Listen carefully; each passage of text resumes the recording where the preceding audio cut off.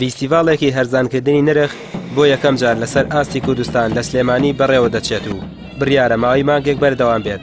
ئامانجلەی دەستگیرۆی هاوڵاتیانە لەو دۆخەدارایی ئێستایی باشووری کوردستان و ساکردنەوە و ناساندنی بەرهەمە خۆماڵیەکان چەند خۆبەخشێک بە هەمانگی لەگەڵ کۆمپانیاکان بە پرۆژەکە هەڵساون.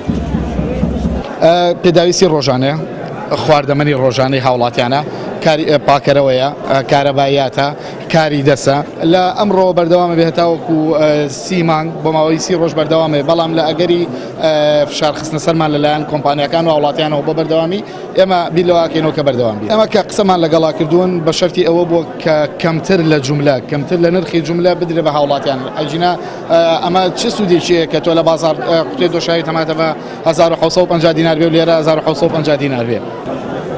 100 کۆمپانیا لە بوارە جیاجیەکان بەشداریان لە فیستیڤاڵەکەدا کردووە.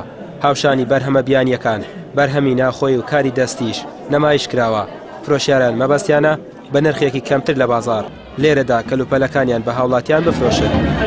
بەڵێ زۆرمان دابەزاندووە، کیلۆ 2000-3000مان دابەزاندووە. لە سعری سلێمانیش شتیوامان هەیە کیلۆ 4000-5000 فەرقە. ئەو هەنجیرە بۆ نمونە کیلۆی بە 12 منەیەم بە 8.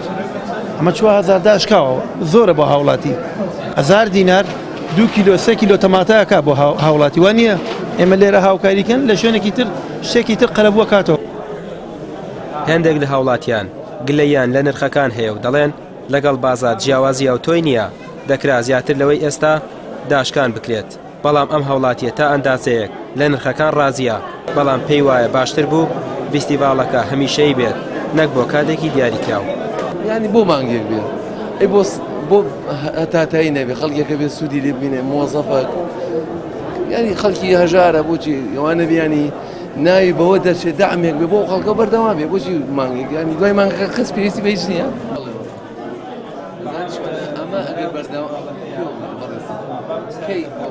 ناڵم شتێکی وای فەرق هەیە 1000 دینارێ 500 دینارێ باش.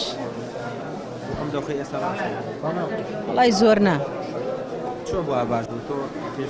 وڵای دۆخەکە خۆی خراپە خۆتەزانی. طبعا نیوانی و سعرەکە فەرقی بکردای باشتر بوو. لە دوای ساڵی 2014ەوە تا دێت دۆخی ئابووری هاوڵاتیان زیاتر بەرەو داڕوخان دەچێت. ڕەنگە لە هەر شوێنە کەلوپەل و پێداویستیەکان دینارێک هەرزانتر بێت هاوڵاتی ڕوو لەو شوێنە بکات. بۆیە زۆرێک لە کۆمپانیاکانیش هەوڵی کێبڕکێ دەدەن بە دابەزاندنی نرخ بۆ ڕاکێشانی مشتری بۆ لای خۆیان. ڕامیار عوسمان، کەناڵی ئاسمانی پەیام، سلێمانی.